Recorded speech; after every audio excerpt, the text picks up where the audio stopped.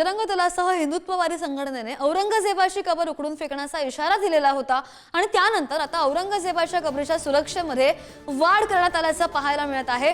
आणि आपण महत्त्वाची बातमी पाहतोय, लोखंडी शेडसह काटेरी कुंपण लावण्यात आलेलं आहे आणि तारांचा काटेरी कुंपण लावण्यात आल्याची प्राथमिक माहिती सध्या समोर येते। बातमी पाहतो छत्रपती संभाजीनगरमधून। 20x12च्या लोखंडी शेडसह काटेरी तारांचा कुंपण यावेळी लावण्यात आलेला आहे।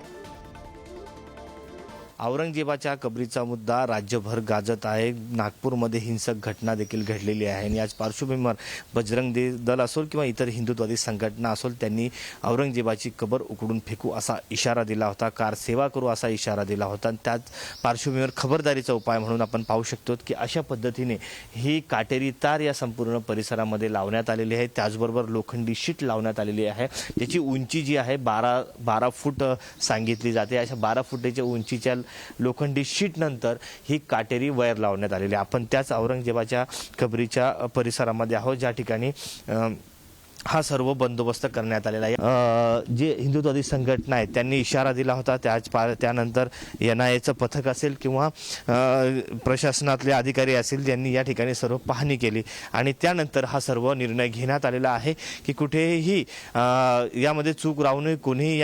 कोणीही जो व्यक्ती आहे जो कायदा व सुव्यवस्थेचा प्रश्न निर्माण करेल असा कुठलाही व्यक्ती इथपर्यंत पोहोचू नये आणि कुठलीही इजा त्या कबरीला पोहोचून याची खबरदारी प्रशासन घेताना आपल्याला पाहायला मिळत आहे।